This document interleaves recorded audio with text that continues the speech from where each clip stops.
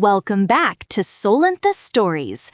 Let's fuel your day with some intense passion and non-stop excitement. Grab your gear, we're moving into the story now. My husband ignored my calls all day. He came home close to midnight smiling like nothing happened. Then he said he slept with his female boss and didn't regret it. I said nothing, just finished my dinner quietly. The next morning when he woke up expecting breakfast and coffee, he got something else that ended everything. Your husband's phone is probably dead, I told myself after the 5th ignored call. He's in meetings, I reasoned after the 10th. There's traffic, I whispered after the 15th. By the 17th call at 11:45 p.m., I'd run out of excuses and had started planning his funeral. Not literally, just the death of who I thought he was. When Blake finally came home, reeking of expensive perfume and cheap decisions, he didn't apologize for the ignored calls. Instead, he smiled like a man about to share good news and told me about Clara, his boss, and how he'd spent the day exploring her office, her car, and her hotel room with enthusiasm.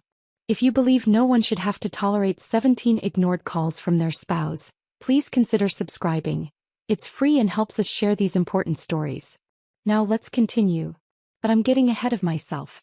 Let me back up to that morning when I still believed in 17 years of marriage. 6 a.m. My alarm went off, same as always. Blake didn't stir. He never did, not until his own alarm at 6:30. I slipped out of bed and padded to the kitchen, starting the Colombian coffee he loved. 2 sugars, never cream. The smell filled our house like it had every morning since we'd moved in 12 years ago. By 6:45 I had his breakfast ready. 3 scrambled eggs with sharp cheddar. He hated mild cheese, said it was pointless. Whole wheat toast with real butter spread just right. Not too much, not too little. The kind of precision you only achieve after years of practice, of caring about someone's smallest preferences. Morning, beautiful, Blake mumbled when he finally made it downstairs, his hair still sticking up on one side. He kissed my cheek while reaching for his coffee, a choreographed move we'd perfected without trying. Don't forget it's Tuesday, I reminded him, pointing to the calendar on the fridge. First Tuesday of the month. Date night. Our tradition for the past decade. Wouldn't miss it, he said, but he was already scrolling through his phone. Claire's got me in meetings all day, but I'll be home by 7. Claire Whitmore. 3 months she'd been his boss, and already her name came up more than mine at our dinner table. She was brilliant, he said. Innovative. Pushing the team to new heights. I'd met her once at the company picnic. Designer heels in grass, typing on her phone while others played volleyball, complimenting my potato salad with a smile that never reached her eyes. She's intense, Blake had said that first week. But I'm learning so much. The late nights started gradually. First just Thursdays for team building. Then Tuesdays for strategic planning. By month 2, any night could be a Clara night. He'd come home at 10-11, sometimes midnight, smelling wrong. New air fresheners at the office, he explained when I'd mentioned the cologne change. Clara had them installed. Some productivity study she read. We'd worn the same scents for 17 years. Him, woody aftershave I bought every Christmas. Me, vanilla body spray from Target. Suddenly he smelled like something from a department store I'd never shop in. Then came the phone password. I'd reached for it one night to set our alarm, something I'd done hundreds of times. What's your passcode? Oh, just use yours, he'd said, taking it from me. Company policy. Clara's implementing new security protocols. I should have known then. But 17 years of trust makes you stupid. After Blake left that morning, I went through my own routine. Shower, sensible librarian clothes, yogurt with granola. I managed our local branch, 15 employees, thousands of books, endless community programs. Not glamorous like Clara's corporate world, but fulfilling. My phone buzzed at lunch. Victoria, my sister. Coffee tomorrow? I'm near your library at 2. I'd agreed, not knowing she'd spend that coffee lecturing me about Blake. Victoria was a partner at Brennan and Associates, saw divorces all day, probably couldn't help seeing problems everywhere. But when we'd met the previous week, she'd been more direct than usual. He missed your birthday dinner, Kennedy. Big presentation. At the Ember Hotel bar? Because I saw his car there during my client meeting. Maybe he was meeting clients. She'd grabbed my hand across the table. Check your joint accounts. Just check them. I hadn't. Because checking meant doubting, and doubting meant admitting something I wasn't ready to face. That Tuesday, the last normal Tuesday, I'd left work early. 3 stops for ingredients. Blake's mother's lasagna recipe required specific ricotta, exact meat ratios, perfect seasoning. I'd spent 2 hours layering it just right, getting the edges crispy how he liked. The wedding china came out, ivory with silver edges, plates we'd registered for when forever felt guaranteed. Beeswax candles, not the cheap grocery store ones. The green dress from our anniversary, the one Blake said made my eyes look like emeralds. At noon I texted, "Don't forget, our night." His response, a thumbs up. For our decade-old tradition. I told myself he was busy, Clara probably had him swamped. 7 p.m. came and went. The lasagna was perfect. 7:30. Running late. I texted. 8 o'clock. No response. Lasagna back in the oven. 8:30. I opened wine then poured it back. The candles kept burning. 9 o'clock.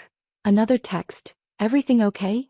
By 10 o'clock I'd blown out the candles and accepted what I'd been denying for months. The kitchen smelled like wasted effort and dying traditions.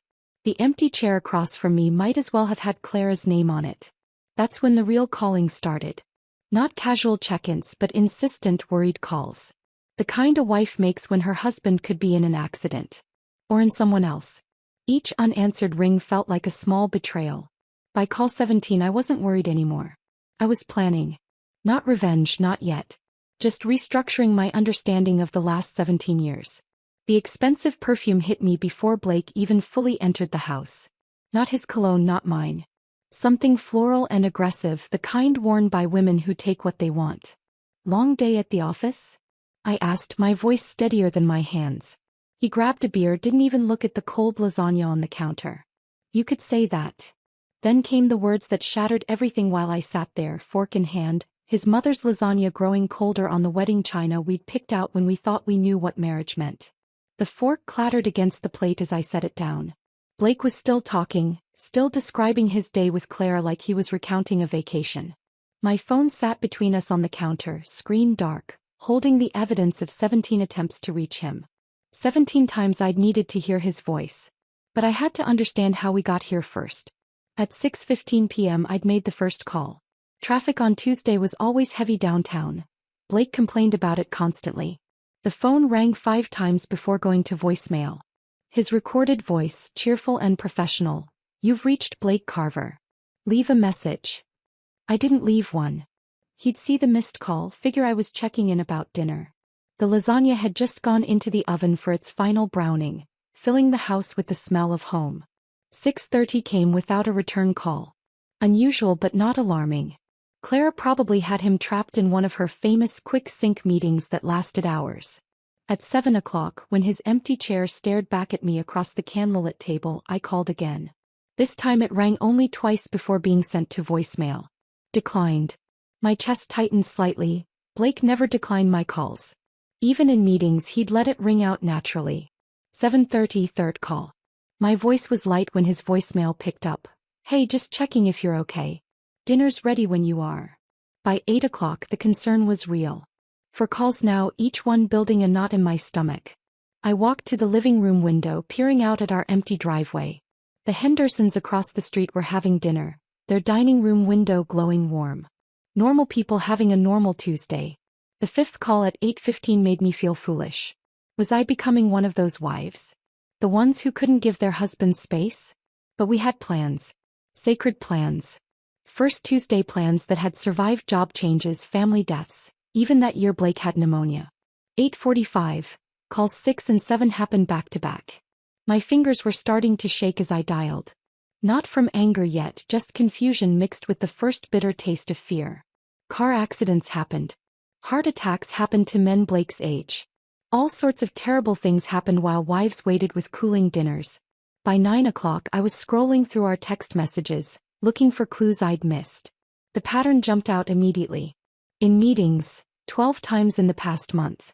Clara needs this project finished, 8 times. Don't wait up, 6 times, including last Tuesday when he'd promised to help my mother move her heavy dresser. Sorry Ken, he texted at 9:30 that night. Clara called an emergency strategy session. Tomorrow. Tomorrow never came. Mom hired movers instead, too polite to complain but disappointed in a way that made me defensive of a husband who didn't deserve it.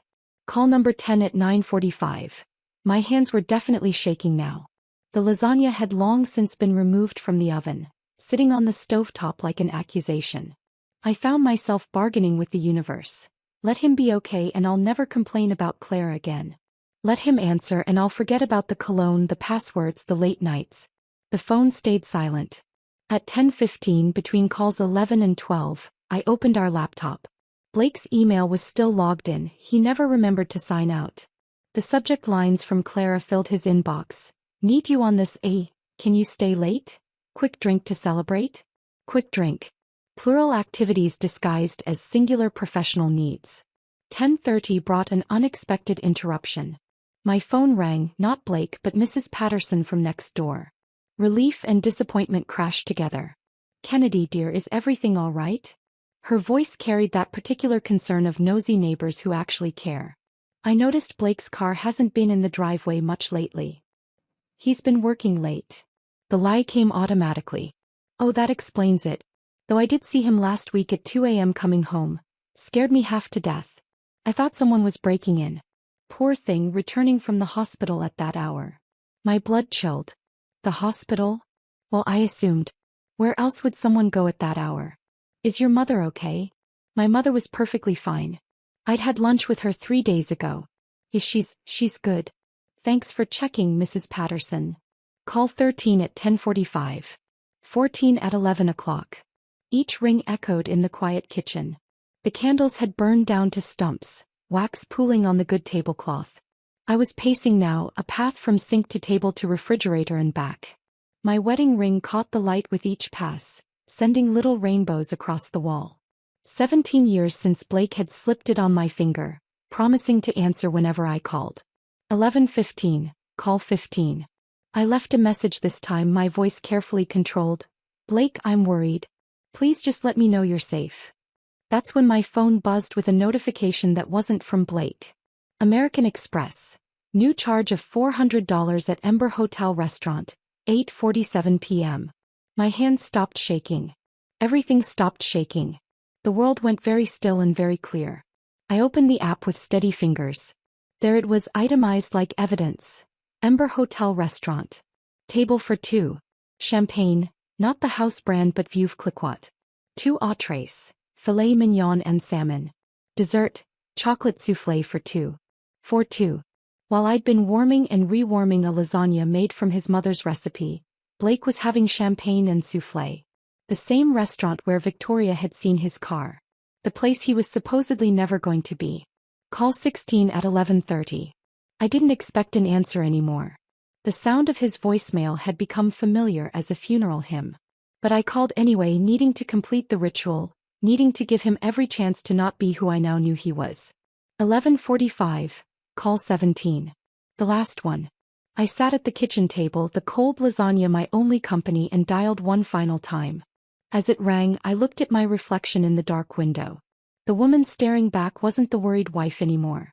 She was someone else, someone who had spent 6 hours transforming from concerned to suspicious to certain. When Blake's voicemail picked up for the 17th time, I didn't leave a message. I just sat there, phone silent in my hand, wedding ring feeling heavier than it had in years. The kitchen clock ticked toward midnight, each second bringing Blake closer to home, closer to whatever excuse he'd prepared.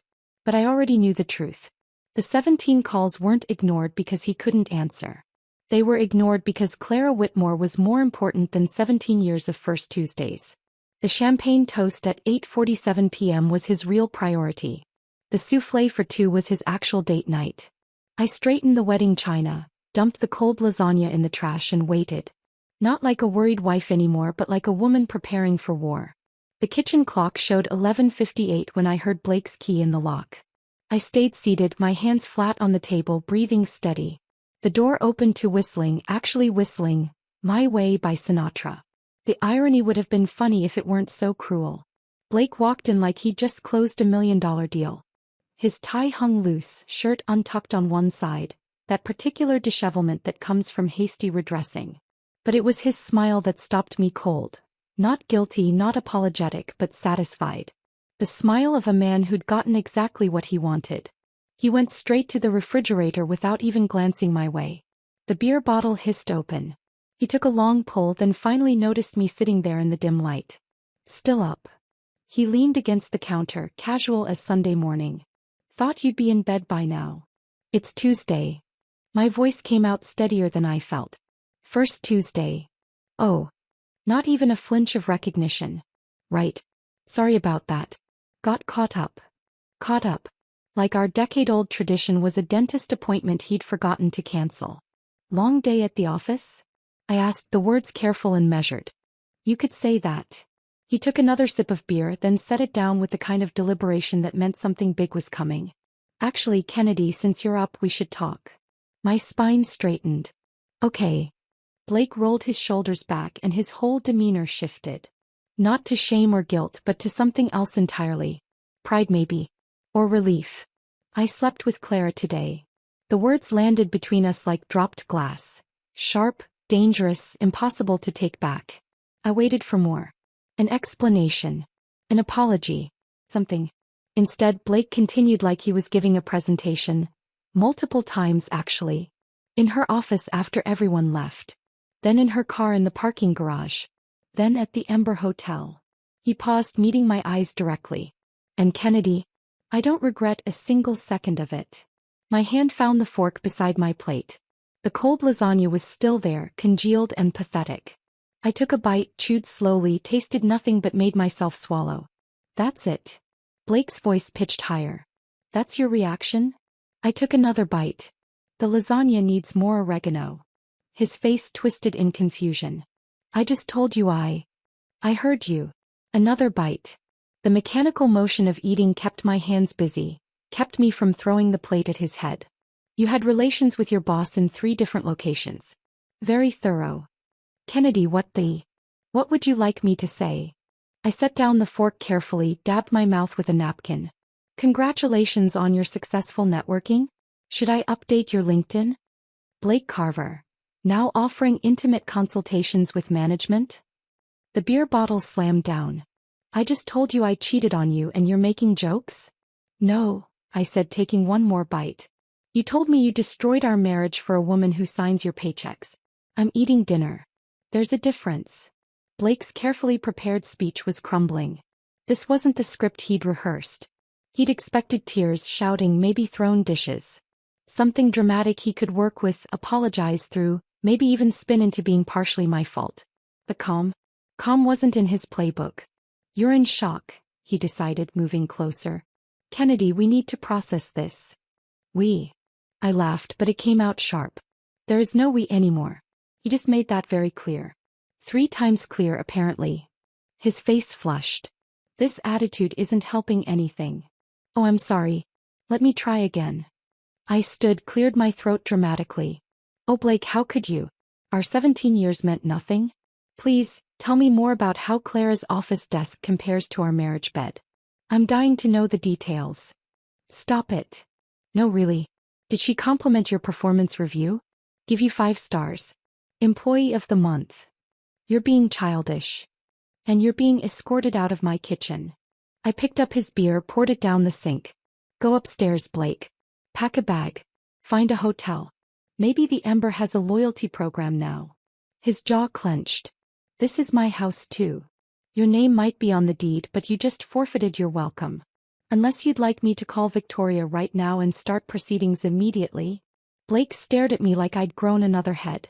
This wasn't his Kennedy. His Kennedy would have cried, begged for explanations, asked what she'd done wrong. His Kennedy would have made this easy for him. I'm not leaving, he said, but his voice wavered.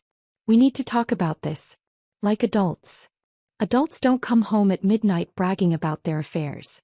Adults don't destroy 17 years for afternoon hookups. Adults don't. I stopped, took a breath. You know what? You're right. The guest room has clean sheets.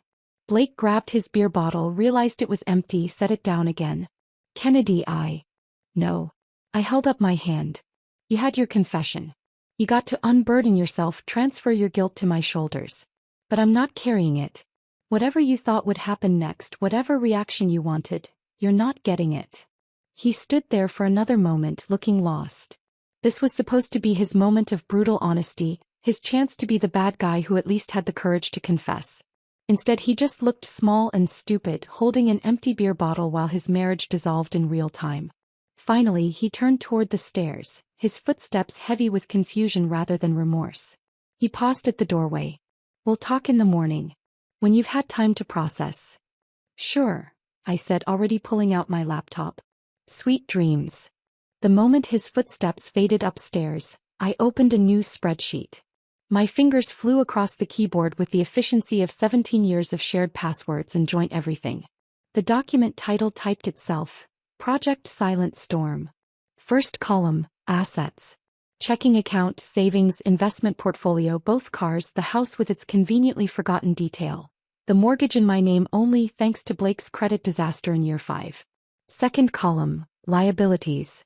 Blake's credit card debt, his student loans, his ego, though that last one wasn't technically financial. Third column, action items. My phone buzzed with a text from my mother. "How was date night?"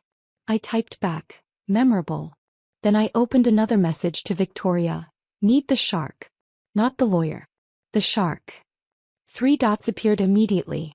"That bad?" "Worse. But I'm about to make it beautiful." "My office. 7 a.m. Bring coffee and war paint." I smiled. My first real smile in hours. Then I returned to my spreadsheet, adding tabs for documentation, timeline, and my personal favorite, revenge served at optimal temperature. Blake thought his confession would break me. He thought those 3 locations of infidelity would send me spiraling. But all he'd done was flip a switch I didn't know existed. The one that transformed 17 years of devotion into cold, calculated precision. I worked until 3 a.m., the kitchen quiet except for keyboard clicks and the occasional sound of Blake's snoring drifting down from our bedroom. His temporary sleeping quarters. Every password memorized, every account documented, every vulnerability cataloged. By the time I finally closed the laptop, Project Silent Storm was 18 pages of pure organized retribution. Blake had given me 17 hours until morning to process his betrayal. I only needed 6 to plan his complete destruction. The laptop screen glowed 3 a.m. when I finally pushed back from the kitchen table. 6 hours of planning complete. My eyes burned but my mind was crystal clear. Blake's snoring still drifted down from upstairs. The peaceful sleep of a man who thought confession meant absolution. I started with the money. Our joint savings account showed $47,832. Legally I could move it. Morally, after his midnight performance I should have taken it all. I initiated the transfer to my personal account, the one Blake didn't even know existed. Opened 3 months ago when the cologne changed just in case. Transfer complete. 3:17 a.m. Next came the credit cards. Blake had 3 supplementary cards on my accounts. I canceled them one by one, effective immediately. The customer service representative, probably used to middle-of-the-night revenge cancellations, didn't even question it. "Would you like to remove the authorized user as well?" "Absolutely. Changes will take effect within 2 hours." By 3:45 I was downloading our entire text history from the cloud. 3 years of messages, including last month's gems where Blake called Clara incompetent, Daddy's promotion pet, and my personal favorite, "She makes me miss my old boss who only spoke in sports metaphors." I screenshot everything, organized by date, highlighted the best parts. Blake's own words would be his jury. At 4:30 I started making appointments. 3 different divorce attorneys, all before noon. Victoria would be first at 7 o'clock, but I wanted options. Comparison shopping for divorce lawyers felt like choosing cereal. Except this decision would determine my next 17 years. By 5 o'clock I stood in my kitchen, exhaustion trying to claim me, but I had one more performance to prepare. Blake would wake at 7:30 expecting his usual breakfast. Colombian coffee, 2 sugars. 3 eggs scrambled with sharp cheddar. Whole wheat toast lightly buttered. He'd get the breakfast. Just not the way he expected. I started cooking at 5:30, making everything perfect. Better than perfect. Restaurant-quality eggs, fresh squeezed orange juice, bacon crispy enough to shatter. The kitchen smelled like the best mornings of our marriage when we still liked each other. At 6:15 I sent a text to Marcus Caldwell, my trainer from the gym. Marcus was 6'3", built like a swimmer with the kind of jawline that made married women remember being single. More importantly, he had a wicked sense of humor and owed me a favor after I'd helped him study for his nutrition certification. Want to earn $200 for eating breakfast and looking gorgeous? His response came at 6:20. This sounds like the beginning of either a crime or the best story ever. Just breakfast. And maybe some light psychological warfare. Make it bacon and I'm there by 7:15. At 7 o'clock, while Blake continued sleeping, I changed into my best casual dress. The one that made me look effortlessly put together. Hair done, subtle makeup, the works. If I was serving revenge, I'd look good doing it. Marcus arrived at 7:20, and I'd never been happier to see someone. He walked in wearing jeans and a fitted Henley that did wonderful things for his shoulders. Kennedy, you look like you're about to commit a beautiful crime. Just serving breakfast. I handed him coffee. My husband will be down soon. He had a long night informing me about his extracurricular activities with his boss. Marcus's eyebrows rose. And you want me to? Eat his breakfast. Be charming. Exist in his space. I can do that. He grinned. This is already worth more than $200. At 7:31, I heard Blake's alarm. His footsteps upstairs, shower running, the familiar sounds of a man who didn't know his world had already ended. 7:45, Blake's footsteps on the stairs. He walked in wearing his usual Tuesday outfit, already checking his phone. Smells amazing, babe, he said without looking up. Oh, it is amazing. I poured orange juice into a glass. Marcus thinks so too. Blake's head snapped up. Marcus sat at the kitchen table in Blake's chair, already halfway through Blake's eggs. Kennedy, Marcus said cheerfully, these eggs are incredible. You're absolutely too good for him. Blake's mouth opened, closed, opened again. What? Who is this? Blake, meet Marcus. Marcus, this is Blake, my soon-to-be ex-husband who spent yesterday exploring his boss's office space. Marcus whistled low. The one who ignored 17 calls. That's not classy, man. Blake's face went through a spectacular color journey, white to pink to red to purple. What the hell is this? This. I set hash browns on Marcus's plate. This is consequences with a side of breakfast potatoes. You can't just. Blake stepped toward the table. Marcus stood up. All 6 feet 3 inches of him. I think she can. Blake backed up, his phone buzzing insistently. He ignored it. Kennedy, this is insane. You're being... What? Vindictive. I refilled Marcus's coffee cup. No, vindictive would be calling Clara's husband. Richard Whitmore, right? The cardiac surgeon who thinks his wife is at a medical conference. Blake went pale. You wouldn't.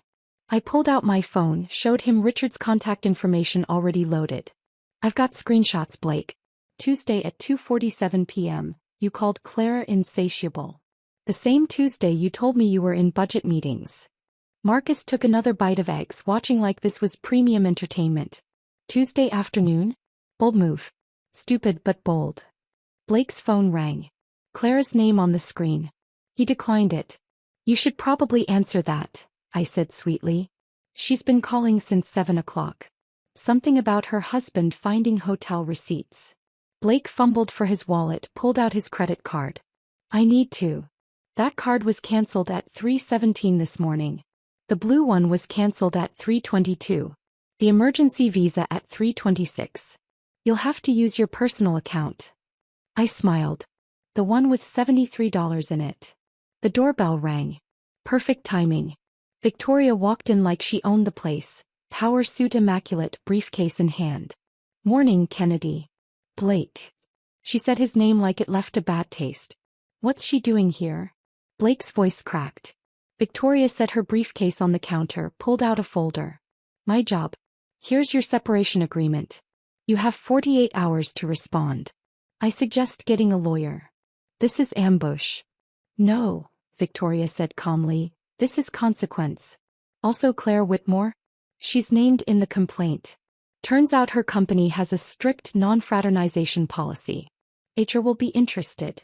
Blake's phone rang again. Clara. This time he answered, stepping toward the hallway. We could all hear her panicked voice. Richard knows. He has the credit card statements. The hotel receipts. My father's calling, the company's calling. Blake, what did you do? He looked back at us. Me calm Victoria professional, Marcus still enjoying his breakfast, and I saw it finally hit him. This wasn't a dramatic fight he could win. This wasn't tears he could manipulate.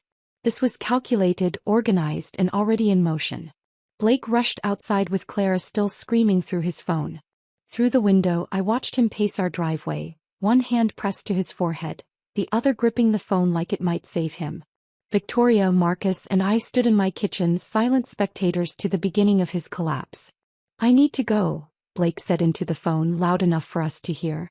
I'll call you back. He stormed back inside, his face blotchy and desperate. Kennedy, we need to talk. Alone. No. I picked up my coffee cup, took a measured sip. Marcus hasn't finished his breakfast, and Victoria has more papers for you to review. Blake pulled out his phone again, fingers fumbling as he tried calling Clara back. Straight to voicemail. He tried again. Same result. Having trouble? Victoria asked innocently. He ignored her, switching to his banking app. I watched his face pale as he saw the joint account balance. $12.47.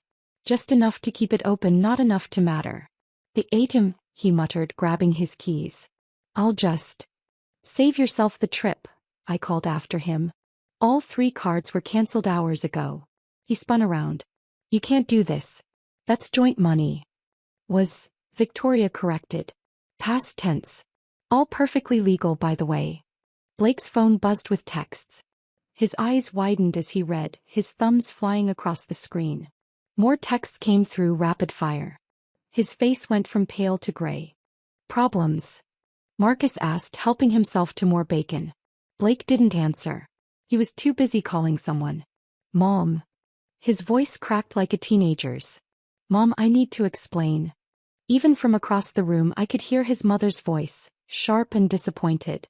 Kennedy already called me this morning, Blake Andrew Carver. How could you?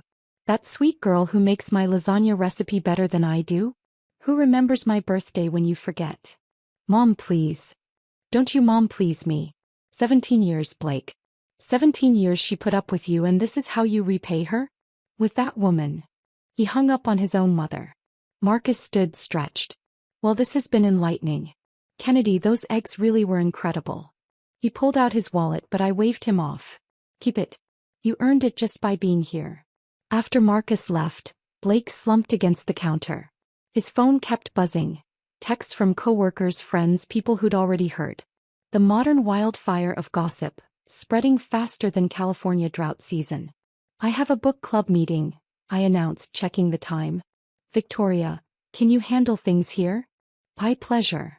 Blake looked between us. Book club? No. Kennedy, our life is falling apart. Your life, I corrected, grabbing my purse.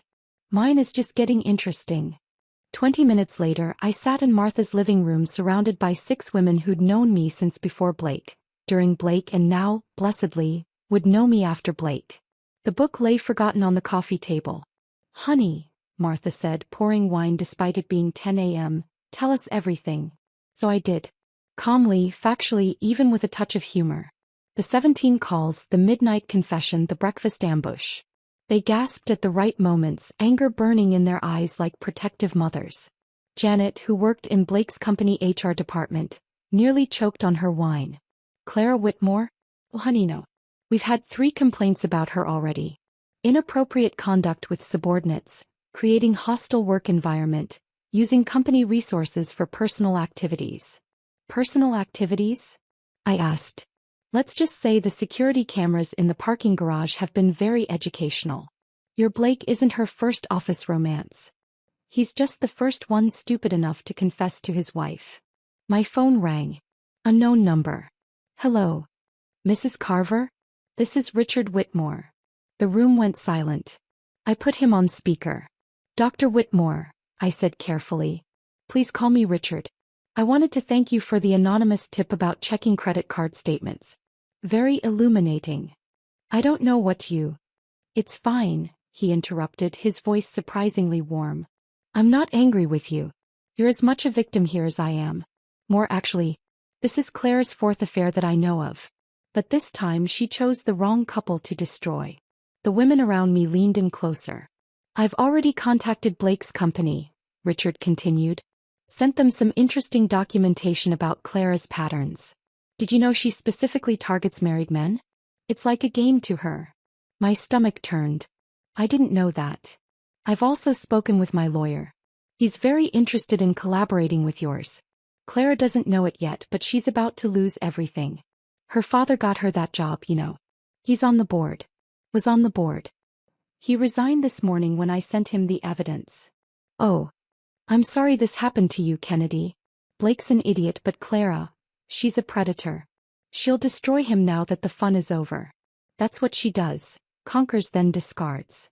After Richard hung up, the room exploded in conversation. Everyone had opinions, advice, wine to pour. But Janet's words stuck. You better get home and secure anything valuable. Desperate men do stupid things. I drove home to find Blake's car gone and the front door wide open. Inside chaos. He'd clearly tried to pack in a hurry. Drawers pulled out, closets ransacked, papers everywhere. But the office door remained locked. I'd changed that lock at 4 a.m. The gaming room he loved was now my craft room, his precious gaming chair replaced with my grandmother's sewing table I'd retrieved from storage. His golf clubs were gone because they'd been donated to charity yesterday. The receipt was indeed on the counter, ready for his tax deduction. I went to our bedroom. His clothes were thrown everywhere, suitcases half-packed then abandoned. On the bed was a note. Where are my baseball cards? I texted Victoria. He's looking for the signed collection. Her response was immediate. Safe in my office. Legal leverage. Blake's entire world was unraveling in real time. His credit was frozen, his mother had disowned him, his co-workers were choosing sides, and Clara, the woman he'd destroyed everything for, wouldn't even answer his calls. I sat on my bed, our bed, and felt something I hadn't expected. Pity. Not enough to stop what I'd started, but enough to recognize that Blake had played himself. He'd gambled 17 years on a woman who collected married men like trophies. My phone buzzed. Blake, where are you? We need to talk. I didn't respond. There was nothing left to say. I set my phone down on the bed and walked to the window. Blake's car wasn't in the driveway, but I knew where he'd gone. Sunday was inventory day at his office. Skeleton crew, perfect for trying to sneak in and grab his things before Monday's storm hit. He had no idea the storm had already made landfall. My phone rang. Janet from book club from HR. Kennedy, you need to know what's happening tomorrow. Can you sit down? I was already sitting. Tell me. Blake's keycard was deactivated an hour ago. When he arrives Monday morning, security will be waiting. The CEO called an emergency meeting. Richard Whitmore sent them everything. Emails, timestamps, security footage from the parking garage. Security footage? Last Tuesday. Blake and Clara in her car. The camera angle was, unfortunately, clear. My stomach rolled. Of course there's video. That's not all. Clara's assistant Linda just sent a mass email to the entire company. Subject line. Why I'm resigning effective immediately. She listed every affair Clara's had with subordinates. Blake's number 4. I stood up, pacing now. 4. In 2 years. The other 3 were transferred to different departments after things ended. But Blake. He's the first one married. The first one whose wife called Richard Whitmore. Monday came faster than expected. I woke at 5 a.m. to texts from numbers I didn't recognize, Blake's co-workers, people I'd met at company parties, all reaching out with variations of, I'm so sorry, and we had no idea. At 7:45 my phone rang. Blake. They won't let me in the building, he said, voice high and panicked. My keycard doesn't work. Security says I need to go to HR immediately. Okay. That's all you have to say? Kennedy, they're treating me like a criminal. No, Blake. They're treating you like an employee who violated company policy. There's a difference. He hung up. 15 minutes later, another call. This time his voice was hollow. They had everything printed. Emails, texts, even, there was video. From the parking garage. I said nothing. 3 executives were waiting. They had the employee handbook highlighted. The sections about supervisor relationships, misuse of company property, creating hostile work environment. My desk is already packed. I see. Claire's gone too. Her office is empty. They said her father came in at 6 a.m., cleaned it out himself. He's resigning from the board. The father who'd gotten her the job, who'd pulled strings, who'd enabled her behavior for years, finally facing consequences by association. Kennedy, I need you to understand, she pursued me. Blake, she pursued you like a cat pursues mice. For sport. You were number 4. Silence. Then, how did you know that? Linda sent an email. The whole company knows. I heard him make a sound, not quite a sob, not quite a laugh. Something broken. They want me to sign things. NDAs. Severance agreements. They're offering 2 weeks' pay if I sign immediately and don't pursue wrongful termination. Take it. But. Take it, Blake. 2 weeks is more than you deserve and we both know it. Another call came through. Unknown number. I have to go, I told Blake. The new caller was unexpected. James Morrison, the CEO of Blake's company. His voice was formal but somehow warm. Mrs. Carver, I'm calling personally to apologize. What our employees did, what happened under our watch, it's inexcusable. Thank you, but we're conducting a full investigation. Clara Whitmore has been terminated and we're reviewing our policies. Your husband, former husband? He's also being terminated with cause. I understand. We'd like to offer you consideration for your discretion in this matter. We value our reputation and Mr. Morrison, I don't want your money. I just want this to end. I respect that. But please, if you need anything, references for Blake despite everything or no. Thank you, but no. After hanging up, I decided something. I would go to Blake's office. Not for him but for me. For closure. I dressed carefully, my best professional dress, navy blue with subtle pinstripes. The one I wore to library board meetings. Hair smooth, makeup minimal but polished. I looked like a woman who had her life together, even if that life was currently being reorganized. The drive to Blake's office took 20 minutes. I'd made it dozens of times, dropping off forgotten lunches, picking him up when his car was serviced, attending holiday parties where Clara would hold court like a queen while other people's husbands orbited around her. The receptionist recognized me immediately. Her face went through several expressions: surprise, pity, respect. Mrs. Carver. How can I help you? I'm here to collect my husband's personal items. Is that possible? She made a quick call then nodded. Security will escort you. The security guard, Tom, was someone I'd chatted with at company picnics. His kids used my library's reading program. He walked beside me quietly until we reached the elevator. I'm sorry about all this, Mrs. Carver. You deserved better. Thank you, Tom. The elevator opened onto Blake's floor. It was like walking into a crime scene after the tape had been removed. People stood in clusters, whispering. When they saw me, the whispering stopped. I walked through the silence with my head high, greeting people I recognized with small nods. Some nodded back. Others looked away, embarrassed by association. Blake's desk was indeed boxed up. 2 cardboard boxes of 17 years reduced to office supplies and personal photos. I picked up the framed picture of our wedding, studied it for a moment, then placed it face down in the box. Kennedy. I turned. Linda stood there, Clara's former assistant, looking simultaneously defiant and exhausted. I'm sorry, she said. I should have warned you. I knew about the others but I needed this job and it's not your fault. I sent the email. About her patterns. The whole company knows now. Good. She blinked, surprised. Claire called me an hour ago. Screaming about loyalty, about ruining her life. I told her she ruined her own life, plus several marriages. Through the glass conference room I could see what used to be Claire's corner office. Empty now, like a luxury apartment after an eviction. The expensive furniture remained, but everything personal was gone. The awards, the photos with company executives, the designer accessories she'd used to mark her territory. Where's Blake? I asked Tom. Left an hour ago. Was in the bathroom for a while, then security had to ask him to leave. The bathroom. Hiding in the bathroom while his professional life imploded. It was almost too pathetic to be satisfying. Almost. I picked up Blake's boxes, lighter than 17 years should weigh, and walked back through the office. This time people watched openly. Some with sympathy, others with what looked like respect. At the elevator, James Morrison himself appeared. Mrs. Carver. I wanted to apologize in person. He was younger than I'd expected, maybe 40, with kind eyes that seemed genuinely troubled. It's not your fault, I said. It happened on my watch. That makes it my responsibility. He paused. Blake was a good employee before this. Claire was persuasive. She knew how to identify weaknesses. She found his easily enough.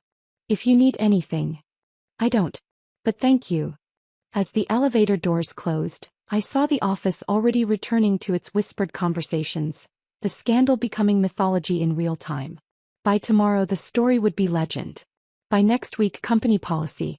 I loaded Blake's boxes into my car and drove home in silence. The weight of what had just happened, the complete professional destruction of two people, should have felt heavier.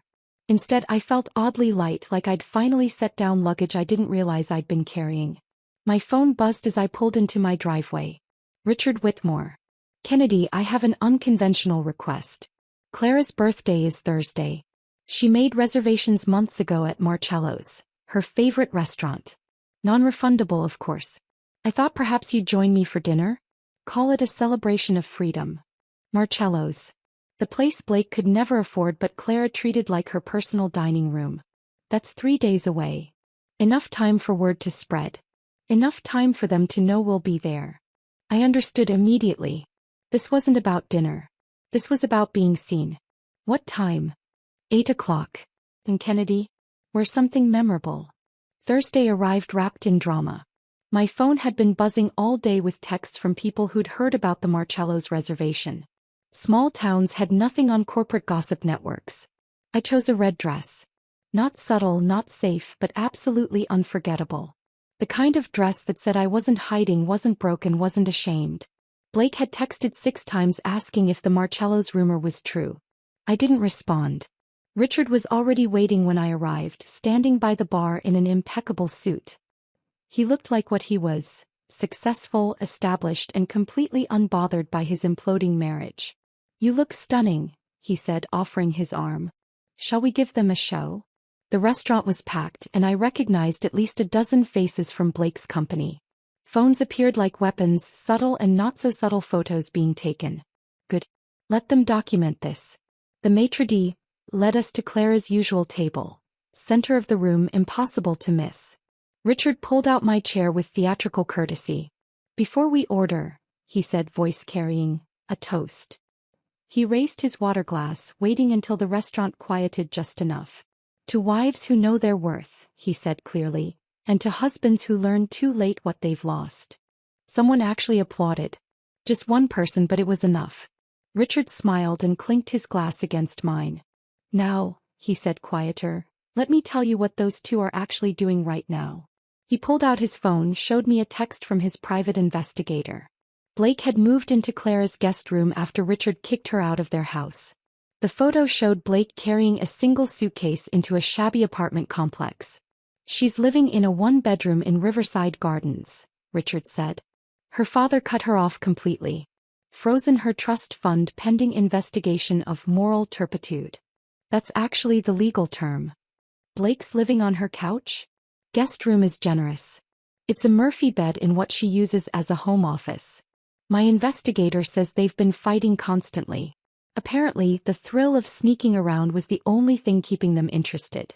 Our appetizers arrived, the same ones Clara always ordered.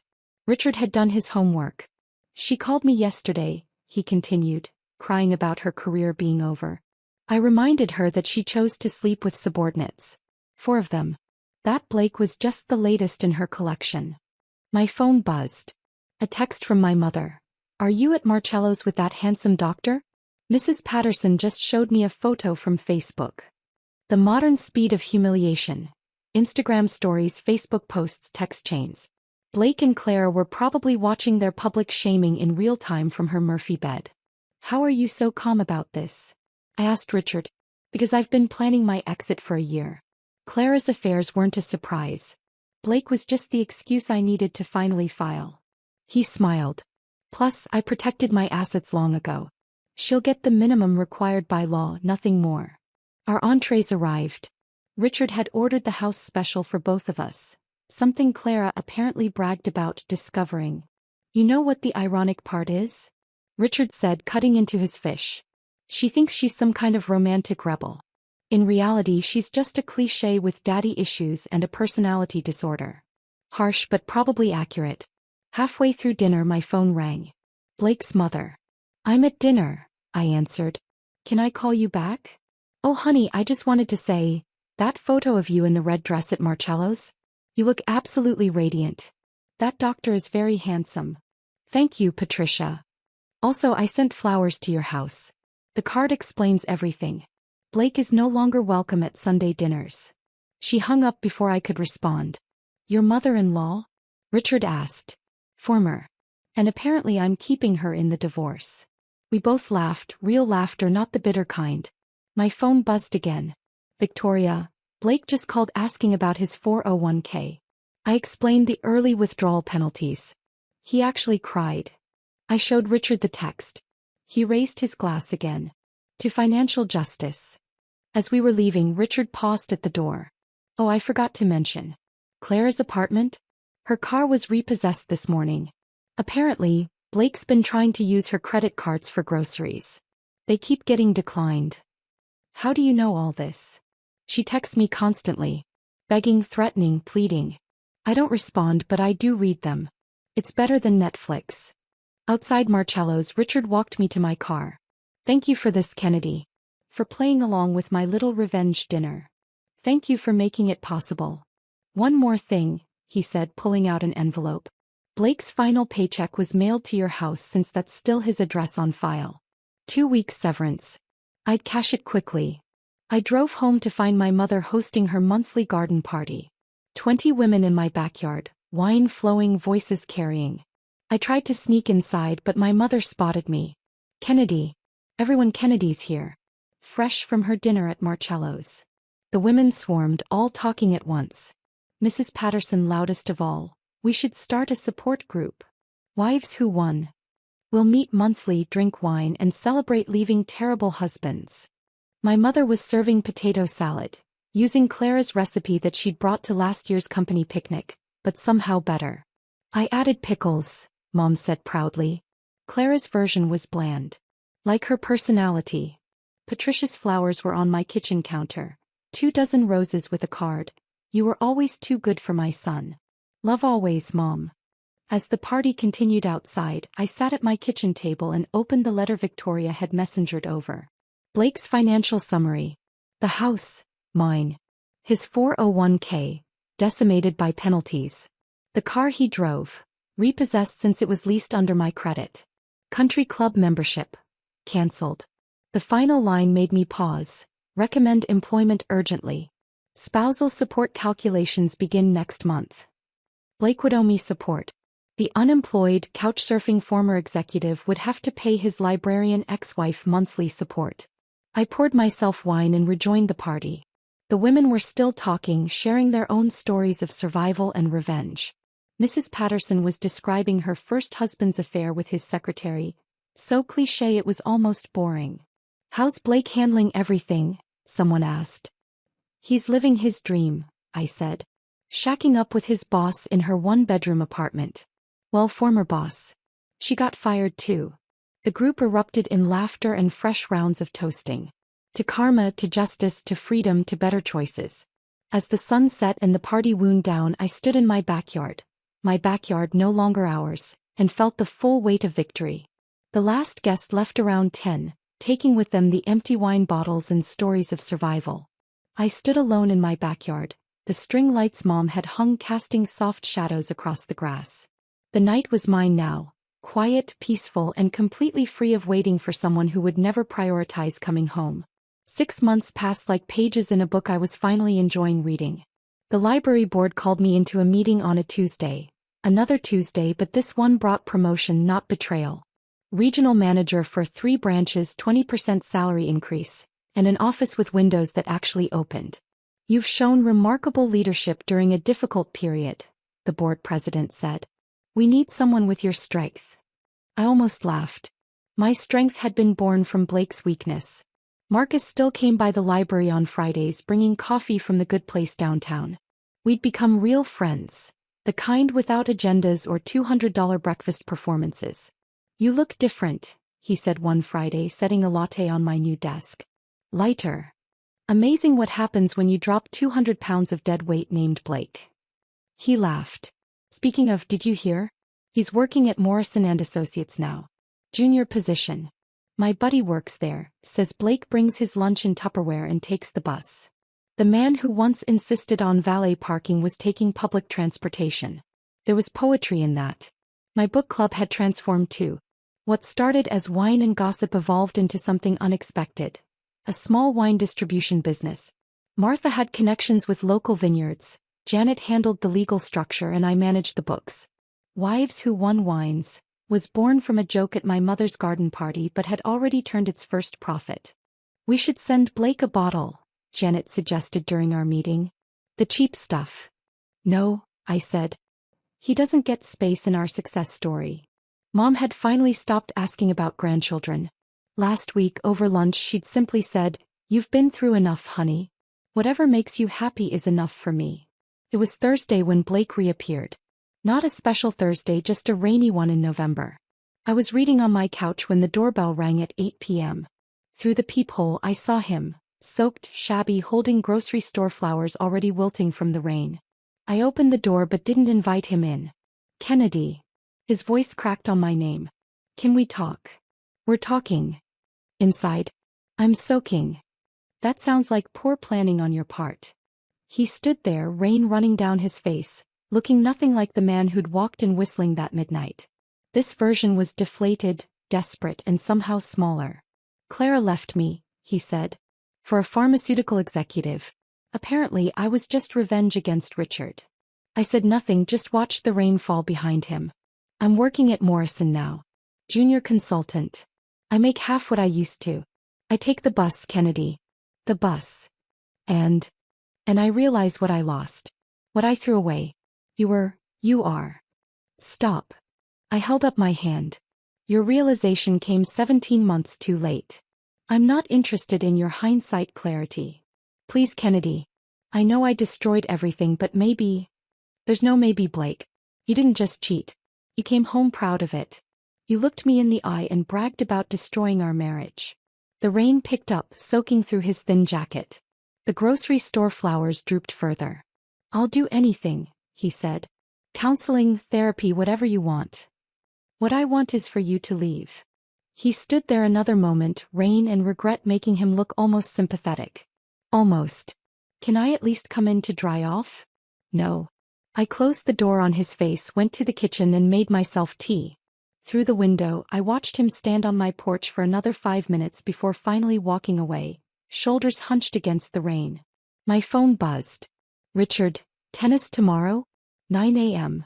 Richard and I had become unlikely friends. Every Saturday we played tennis at the club Blake could no longer afford. We were equally matched. Both beginners, both laughing at our terrible serves, both healing from the same kind of betrayal. "Blake showed up tonight," I texted back. "In the rain. With gas station flowers. Claire called me yesterday. They're living in a studio apartment now, fighting constantly. She blames him for ruining her career. He blames her for ruining his marriage. They deserve each other." "No," Richard replied. "They deserve worse. But each other will have to do." Saturday morning tennis became my new ritual. Richard and I would play badly, laugh loudly, and occasionally run into people from Blake's former company who'd whisper about us being revenge partners. "You know what's funny?" Richard said after a particularly bad serve. "They think we're together. Blake and Clara are convinced we're having an affair." "Let them think it," I said, hitting the ball into the net. "Their paranoia is their problem. The best revenge really is living well," he said. "But living well while they watch from their studio apartment is even better." We both laughed, the kind of laugh that comes from surviving something terrible and finding joy on the other side. That evening I made myself the perfect breakfast for dinner. 3 eggs scrambled with sharp cheddar, whole wheat toast with real butter, Colombian coffee with 2 sugars. The same meal I'd made Blake thousands of times, but now it was mine. I sat at my kitchen table, the same one where Blake had confessed his affair, where I'd planned his destruction, where I'd rebuilt my life. My phone sat silent beside me, No missed calls, no desperate texts, no one I needed to worry about. Everyone who mattered knew where to find me. Victoria called when she needed her sister. Mom dropped by unannounced with cookies. Marcus brought coffee. Richard brought tennis balls and terrible jokes. I raced my coffee mug to the empty chair across from me, not in sadness but in celebration. That chair had been Blake's, but now it was just furniture. Available for someone worthy or perfectly fine staying empty. The morning sun caught my wedding ring. Wait, no. I'd sold that months ago, donated the money to the library's literacy program. My hand was bare now, unmarked, free. I thought about the woman I'd been, waiting for 17 calls to be returned, accepting excuses disguised as explanations, making breakfast for someone who'd rather feast elsewhere. That woman had died at 11:58 p.m. on a Tuesday. This woman, the one drinking coffee alone on a Saturday night and loving it, she was born from betrayal but built from strength. She ran a library system, owned a wine business, played terrible tennis, and never waited for anyone to come home. My phone buzzed once. Mom, dinner tomorrow? I'm making lasagna. Your recipe? I texted back. No. Mine's better. I smiled, finished my coffee, and cleaned my single plate. Outside the rain had stopped. The air smelled clean, like possibility, like freedom, like a life that was finally, completely mine. The best revenge hadn't been destroying Blake. That had been temporary satisfaction. The best revenge was becoming someone who'd never accept 17 ignored calls again. Someone who knew her worth before the coffee got cold. I turned off the kitchen light and headed to bed. My bed in my house, in my perfectly imperfect life. Tomorrow would bring whatever it brought. But tonight I was exactly where I needed to be. Home.